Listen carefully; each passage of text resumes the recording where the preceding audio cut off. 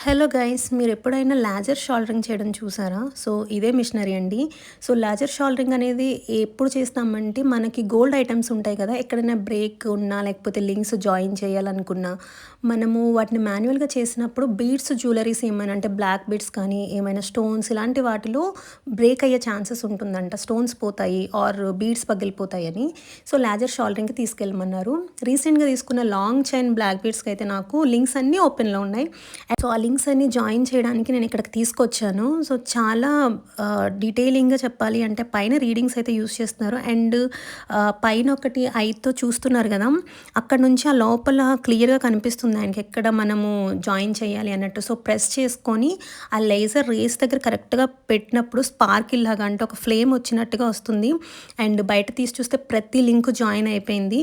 So cost వచ్చేసి యాక్చువల్‌గా 200, 300 తీసుకోవాలంట. కానీ ఎన్ని లింక్స్ కన్నా నాకు ఐడియా లేదు. నేను ఆల్మోస్ట్ 12 లింక్స్ చేస్తే 500